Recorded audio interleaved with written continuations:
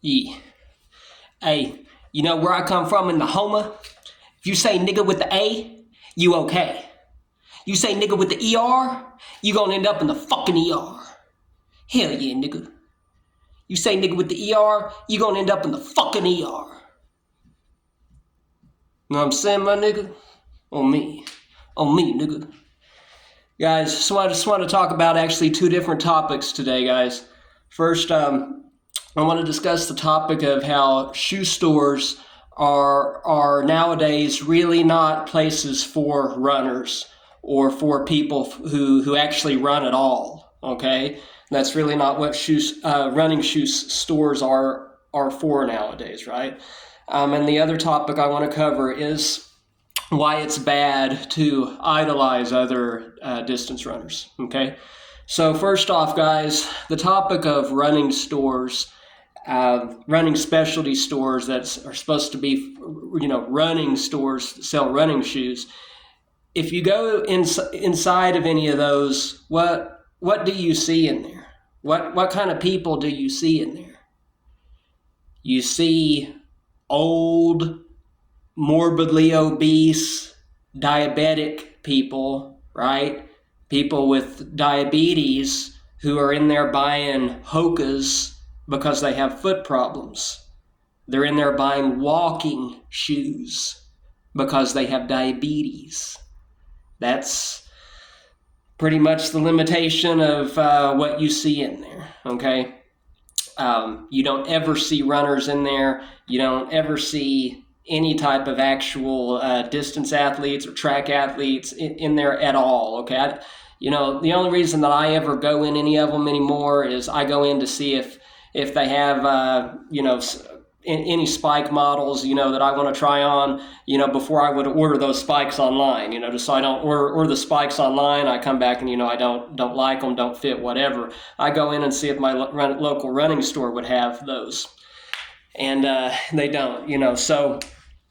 nowadays, if you go inside any running store, they do not have any racing flats, okay? None of them carry racing flats. None of them carry spikes at all. None of them, okay? That's because running stores are not for people who run. So, last time I went into a running store here in my town, went in, spoke to a representative there, a salesman. I asked him, "Hey, do you have any spike models? Any spikes?" They said, "What? Huh? What? Spike models? Do you have any spike models that I could try?" And they said, "Spike bottles? Huh? What? I don't understand." I said, "Spikes, track and field spikes for track runners. Do you carry that?" And again, they just sat there and said, "Spikes? I don't know what you're talking about. I don't understand." Mentally defunct. Shut the door and leave. Walk away, walk out and leave. Guys, they just running stores are not for runners nowadays. They don't cater to that. Okay, if you're a actual runner, you're an actual competitor who does track races or road races, then you get your stuff online, because there's simply nowhere else to get. Running stores don't cater to you. They don't even serve your demographic. Okay, they serve old, obese, diabetic foot people that are in there buying big old heavy Hokas to walk around in. They don't cater to runners. So one time I was in a running store, and the lady that was helping me, she looked at my legs and she said, oh my fucking God, you are a runner, aren't you? You do run, don't you? And I said, "Yes, I'm ranked very high. Nationally, I'm ranked very, very high." And she kind of started explaining to me how very, very rarely does she get anyone in there who does actually run. It was a fleet feet. It was in another town, but it was a fleet feet, which is a running chain, right? And she told me that runners never ever come in there. Okay, and she had explained that to me. And on another occasion, I had this more recently. I'd went inside a running store in a big city, and every single thing that was said to me was wrong and incorrect and untrue. Everything the worker said to me was untrue and incorrect about podiatry, about footwear, everything. So there is one exception to it, guys. In the city of Albuquerque, New Mexico, there is a store there that caters to competitive runners. They do sell spikes there. Actually, the majority of what they have there is spikes.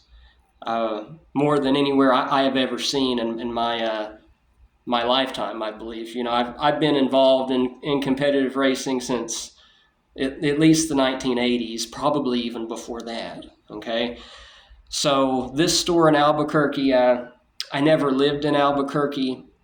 I think my biological mother wanted me to live there after college. That's not what happened. I ended up moving to San Antonio, Texas. But anyways, this store in Albuquerque, why is it like that? Why does this place actually have all these different spikes on the wall? And they cater to people who wear spikes and do track workouts and track races. Why do they cater to that?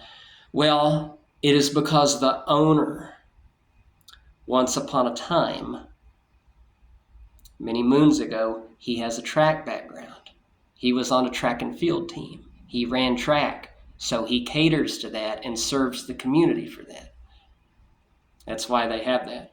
You know, guys, unless you were on a track team, then you don't really understand, you don't understand anything about running. A 4-minute mile doesn't mean anything to you. That the numbers don't mean anything to you because you don't even know what a 60 is. If you don't know what a 460 is, how can you ever comprehend what a 16 and 4 even is? You can't, because you never ran track. How do you know what a 159.8 is if you never did the 8 and never ran track? You don't. Those numbers don't mean anything to you. You know, it's okay to, you know, let's be honest, folks. The majority of people nowadays who are kind of into running a little bit, they pick up running in their 40s, and they kind of do a local 5K, and they hobby jog after work. Okay, and that's their hobby, and they just kind of do it recreationally. Then that's fine, but unless you were on a track team in school, then you will never, ever belong to the same world that we do. Times don't mean anything to you. The watch doesn't mean anything to you. Distance doesn't mean anything to you because you don't understand distances. You don't understand pace. You don't understand any of that because you never ran track, right? So moving on, guys, running stores are not for real runners. You get your stuff online. Next, the topic of why it's bad to idolize other runners. So, guys, that's pretty much all that Instagram is now, is these people that are jacking off to certain pros. Oh, this pro, I want to jack off to that pro. And Jacob Eaglebritzen, Eaglebritzen, oh man, I want to jack off to him, and I want to know what he's doing and where he's living and what he's eating and blah, blah, blah, blah, blah. And I think that they want to study that because they think that if they do what he's doing, they can somehow, I guess, be as good as him. Okay? Hey, I'm going to tell you people right goddamn now. I don't give a flying fuck what that nigga eats for breakfast. I don't give a flying fuck what that nigga eats for lunch. I don't give a flying fuck what that nigga eats for dinner. I don't care. Because he's just another person. He's just another human being. You see a good runner? Yeah, sure. High five. But I'm not going to see him as up there and me as down here. I'm not going to do that. And if you want to be elite or a pro, you shouldn't do that either. I mean, it's okay to, to look at somebody that has good form and, and practice good form. That there's nothing wrong with that.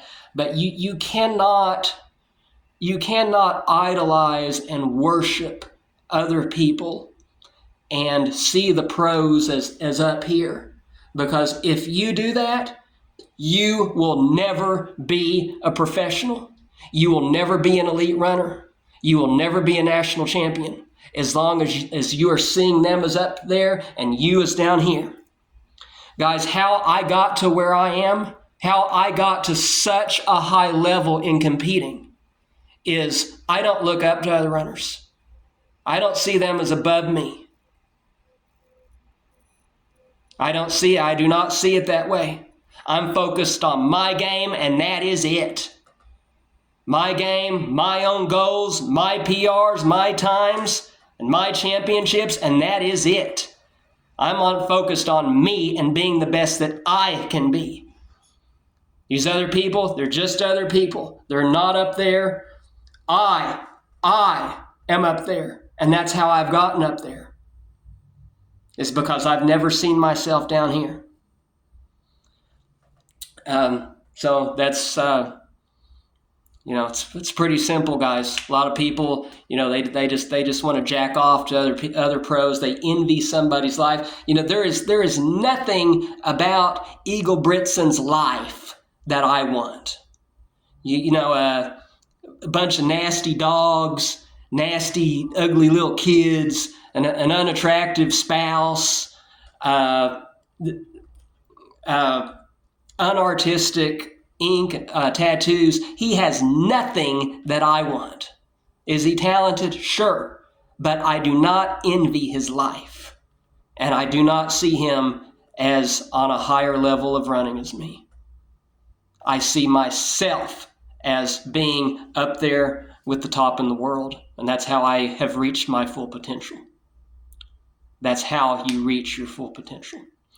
Guys, closing here, if you have to look at somebody, if you absolutely must look at somebody and gaze at somebody, a good person to be looking at would be Kai Robinson. Kai Robinson, he's out of Australia. He has the best form that I have seen in my lifetime. Shoulders are down, elbows are down, chin down, elbows, arms gliding. Very, very smooth runner. If you want to a good role model to kind of look at, that would be a good example. But you can't idolize and you can't worship these people, because then you will never be a pro. Just doesn't work that way, guys. So there you go, guys. Closing out. Hey, don't forget, here in the Homa, in 405 in the Homa, you say nigga with the A, you okay. You say nigga with the ER, you gonna end up in the fucking ER. Hell yeah, nigga. You gonna end up in the fucking ER. Just believe that shit, nigga. On me, nigga. On me.